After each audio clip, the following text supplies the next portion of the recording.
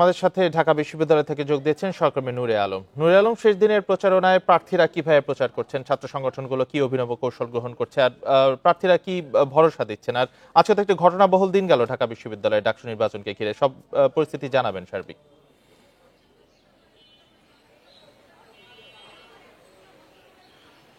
একদম জমজমাট ঢাকা বিশ্ববিদ্যালয় ক্যাম্পাস।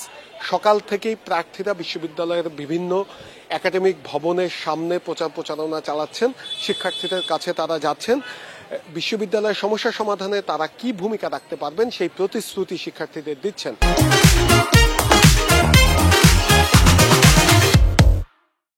আমরা শিক্ষার্থীদের সাথে কথা বলেছিলাম। শিক্ষার্থীরা যেটি বলছেন যে ঢাকা বিশ্ববিদ্যালয়ে নানা সমস্যায় জর্জরিত, বিশ্ববিদ্যালয়ে আবাসন সংকট রয়েছে, গ্রন্থাগারের সংকট রয়েছে, ক্লাসরুম সংকট রয়েছে। এই সমস্যা সমাধানে যে প্রার্থী কার্যকর ভূমিকা রাখতে পারবেন তাকেই তারা ভোট দিয়ে নির্বাচিত করবেন। আমরা প্রার্থীদের সাথে কথা বলেছিলাম।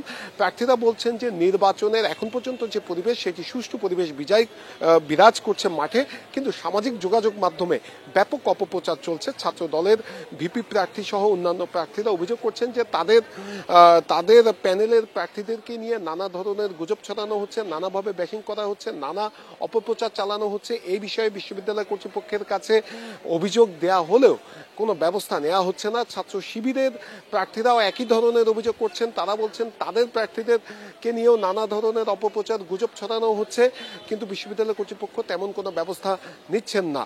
আমরা কথা বলেছিলাম স্বতন্ত্র প্রার্থী যারা রয়েছেন, তারা বলছেন যে বিশ্ববিদ্যালয় প্রশাসন ছাত্র সংগঠনের যে প্যানেলগুলো রয়েছে তাদেরকে বেশি গুরুত্ব দিচ্ছে, এবং স্বতন্ত্র প্রার্থী যারা রয়েছেন তারা গুরুত্ব কম পাচ্ছেন।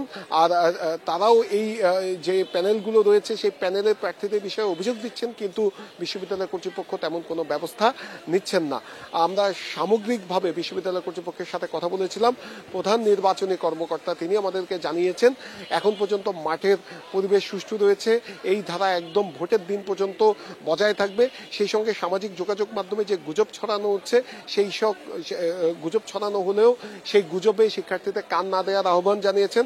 আর এই বিষয়গুলো নিয়ে বিশ্ববিদ্যালয় কর্তৃপক্ষ ব্যবস্থা নিচ্ছেন।